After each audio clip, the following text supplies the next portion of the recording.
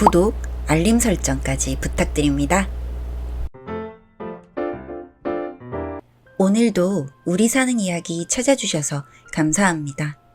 사연자분이 보내주신 이야기 시작해볼게요. 저는 고아입니다. 그런데 정확히 말하면 엄마 아빠 두 분 다 살아 계십니다. 이게 무슨 소리인가 하실 거예요. 두 분 모두 다 절 책임지시기엔 책임감이란 게 없으신 분들이다 보니 버림받았고 부모가 없는 고아가 되었습니다. 어머니는 해외로 가셨다고 들었고 아버지의 소식은 전혀 모르고 살아왔습니다. 그래도 다행이라면 다행인 게 저는 고아원으로 가지 않고 사촌 이모 밑에서 컸습니다. 뭐 그것만으로도 정말 감사한 일인 거죠. 하지만 그곳에서 살면서 저는 많은 차별을 받아왔습니다. 사촌 이모네에는 저와 동갑인 딸이 있었는데 그 애와 저는 같은 학교를 다녔습니다. 하지만 전 항상 그 애 때문에 학교에서 왕따가 되어야만 했습니다. 뭐 지금 생각해보면 이해도 되긴 합니다. 자기 집에 자기 가족도 아닌 사람이 있고 사촌 이모네가 형편이 좋은 것도 아니었으니 뭐든 같이 나눠야 한다는 생각에 싫었을 거라는 생각이 들더군요. 하지만 저도 어쩔 수 없었기 때문에 버텼습니다. 돈도 능력도 없는 채로 밖으로 쫓겨날 수는 없었으니까요. 그래서 항상 밥도 따로 혼자 먹고 가족 구성원이 되려고 하지 않았습니다. 그리고 중학교 때부터 알바란 알바는 다 해봤습니다. 물론 어려서 돈을 못 받는 일도 부지기수였지만 참았습니다. 억울하면 뭐하나요? 전 억울함을 토로할 가족이 없었는데요. 친구들에게 말은 해봤지만 겪어보지 못한 일이라 이해를 못한다는 걸 안 순간부터는 저 역시 입을 다물었습니다. 해결보다는 그저 참는 걸 택했죠. 그러다 운 좋게 고등학교 때 중학교 친구의 과외를 해주게 되었습니다. 친구는 성적이 올랐고 친구의 부모님은 더욱 절 아껴주시며 과외비까지 꾸준히 챙겨주시더라고요. 그 친구와 저는 전교 탑으로 성적을 다투는 일도 자주 있었고 전 힘들수록 공부를 했던 탓에 1등을 놓친 적이 없었습니다. 친구랑은 둘도 없는 친구가 되었고 친구가 고2가 되는 어느 날 조심스레 이야기를 꺼냈습니다. 땡땡아, 기분 나빠하지 말고 들어. 내가 부모님한테 너 사정을 이야기했었어. 허락 없이 이야기한 건 미안해.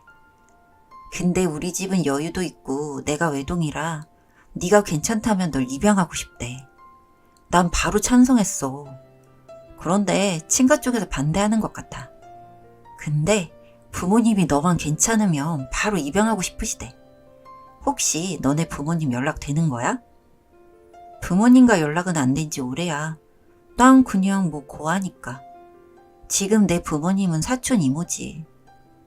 그럼 우리 부모님이랑 같이 밥이라도 먹자. 이야기는 해보고 생각해도 괜찮잖아. 무조건 안 된다고 하지 말고. 알겠어. 오늘 이모한테 밥 먹고 간다고 말해볼게.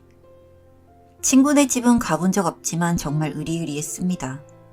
친구네 부모님도 정말 친절하시고 아버지가 사업을 하시고 어머니는 의사셔서 집에 잘 못 들어오신다고 제가 있으면 정말 좋을 것 같다고 말씀해 주셨습니다.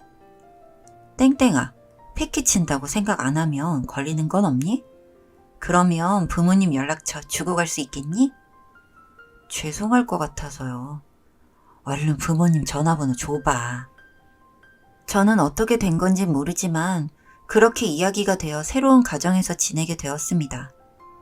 사촌 이모는 저에게 따로 연락 한 통 안 하더라고요. 그동안에 정이라는 것도 있었을 텐데. 그렇게 저는 그곳에서 친구와 함께 공부를 했고 둘 다 수의사의 꿈을 꿨기 때문에 열심히 공부해 대학교에 입학을 하게 되었습니다. 그런데 그 즈음 갑자기 사촌 이모에게 연락이 왔다며 알려주셨습니다. 그러면서 하는 말이 절 키워준 돈을 요구하더라는 겁니다. 제가 살게 된 그 친구 집이 돈도 좀 있겠다 싶으니까 계속해서 요구를 하셨다고 하더군요. 그 이야기를 듣고 저는 사촌 이모와 따로 통화를 해서 1,000만 원을 보냈습니다. 그간 제가 모아두었던 돈이었는데 입양간 부모님을 힘들게 하기 싫었고 또 그 부모님의 돈을 드리는 것은 더욱 싫었으니까요. 그리고 저는 수의대에서 교환학생으로 나가게 되었습니다. 물론 그 친구와 함께 말이죠. 저희는 여행과 공부를 동시에 했고 서로 너무 잘 통해서 재밌는 하루하루와 매일 부모님께 영상통화도 드리고 그렇게 즐겁게 지냈습니다. 그러던 중에 또 사촌 이모에게 연락이 왔습니다. 그런데 그걸 제가 아닌 그 친구가 보게 되었고 그 모든 내용을 보고야 말았습니다. 과거에 돈을 요구한 내용부터 절 모욕하는 내용까지 전부터 본 친구는 화를 내며 저에게 따졌고 얼마를 준 거며 왜 줬냐고 뭐라고 했습니다. 그 길로 친구는 양부모님께 전화를 했고 양아버지는 그 이야기를 들은 뒤에 화가 많이 나셔서 소송을 진행하셨습니다. 저는 솔직히 소송 비용마저도 쓰시는 게 너무 아깝다 생각을 했습니다. 죄송한 마음뿐이었죠. 그런데 그때 처음으로 양부모님이 저에게 화를 내셨습니다. 땡땡아, 넌 이제 내 자식이다. 내 딸이다. 어느 부부가 내 딸이 이런 취급을 당하고 몰래 돈까지 빼앗겼는데 가만히 있겠냐. 그리고 난 널 키워준 보답으로 그 집에게 보상금을 주었다. 법으로 그쪽이 문제가 될까봐 아무 말 없이 계좌로 보내주었다. 그런데 너에게 돈을 받는다니 그게 부모란 작자가 할 짓이냐? 내가 듣기론 넌 용돈도 못 받고 옷도 그 집에서 입던 옷을 주었다고 들었다. 그쪽이 너에게 준 거라곤 고아원에서 해주는 것보다 못하더구나. 그런데 난 과분한 금액을 주었다. 그만큼 소중한 딸을 난 입양했다. 그런데 내 딸에게 그런 짓을 했다는 건 날 욕하고 네 엄마를 욕하고 네 언니를 욕하는 거다. 알겠니?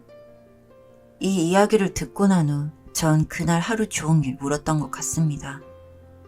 뭐라고 표현할 수 없는 그런 마음이었던 것 같습니다. 이제껏 주변에 누가 있어도 전 혼자라고 생각했었는데 이젠 진짜 가족이 생긴 그런 기분이었고 어딘가 마음 한구석이 녹아내리는 기분이었습니다. 그리고 곁에서 친구는 절 다독이며 이야기를 했습니다. 땡땡아, 우리 친구였잖아. 그런데 난 널 가족처럼 생각했어. 사실 너 같은 언니가 있었으면 했어. 넌 내가 본 사람 중에 부모님 다음으로 멋있는 사람이었어. 그래서 부모님에게 말씀드렸던 거야. 그런데 부모님도 내가 외동으로 크는 게 싫었고 입양을 생각 중이셨어. 그런데 네 이야기를 듣고 이렇게 대견한 아이가 있다면 바로 데리고 와도 상관없다고 하셨어. 근데 이게 뭐람? 내가 언니더라. 생일상 내가 언니였어. 그런데 넌 불만 없이 장난으로 언니 해줬고 우리 부모님께는 웃음만 주었어. 부모님은 네가 와서 행복이 배가 됐다고 해주셨어. 나도 마찬가지였고. 전에 집에서 네가 얼마나 힘들었는지 난 아직도 몰라. 그런데 네가 잘못한 게 아니야. 너의 존재는 행복뿐이야. 근데 그 사람들이 책임감도 없는 철이 안 든 어른이었을 뿐이야.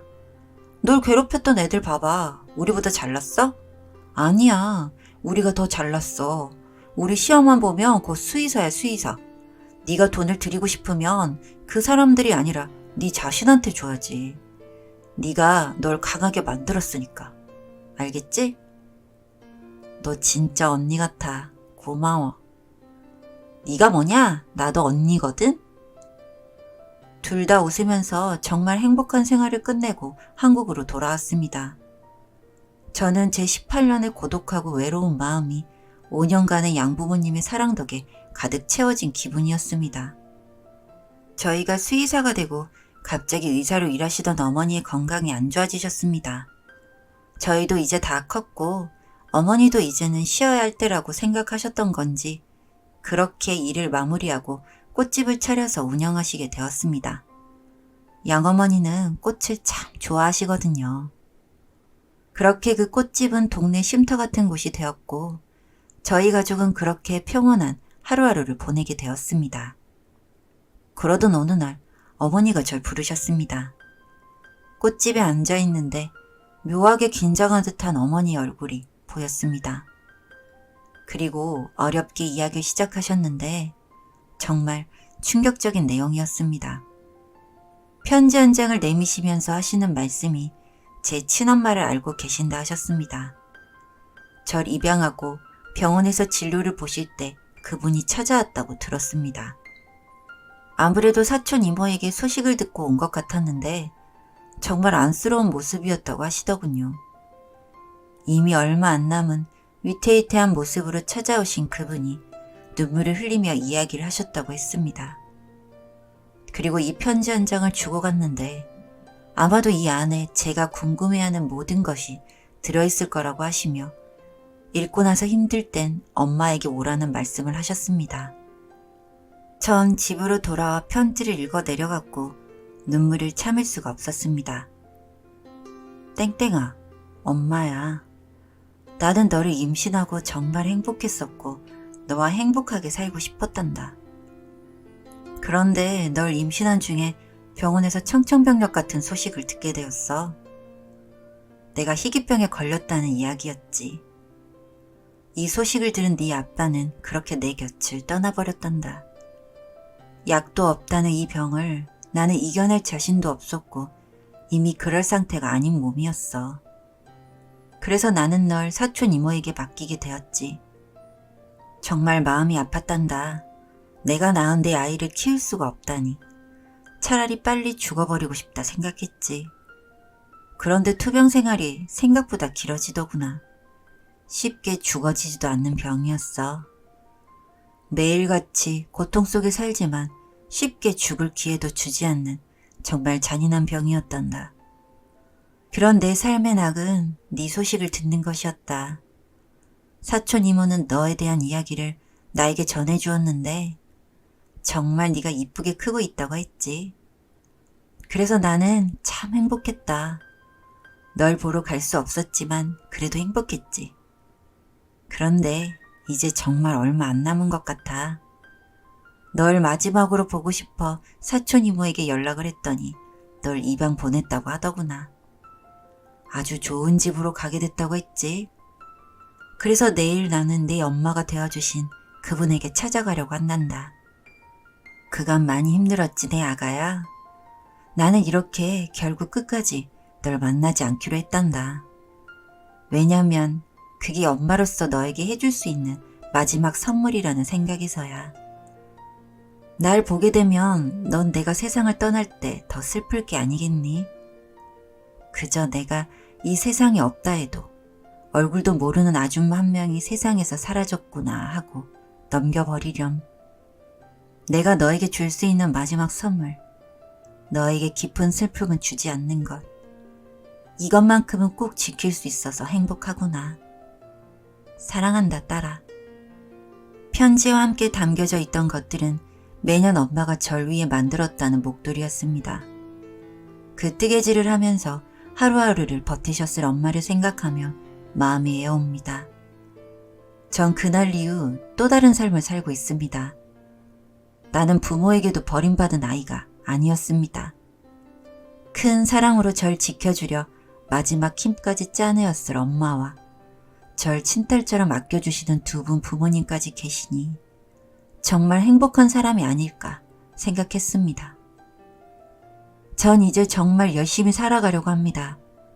복받은 이 삶 속에서 나누고 베풀며 그렇게 살아가려고 합니다. 감사합니다. 사연은 여기까지였고요. 우리 사는 이야기 시청해 주셔서 감사합니다.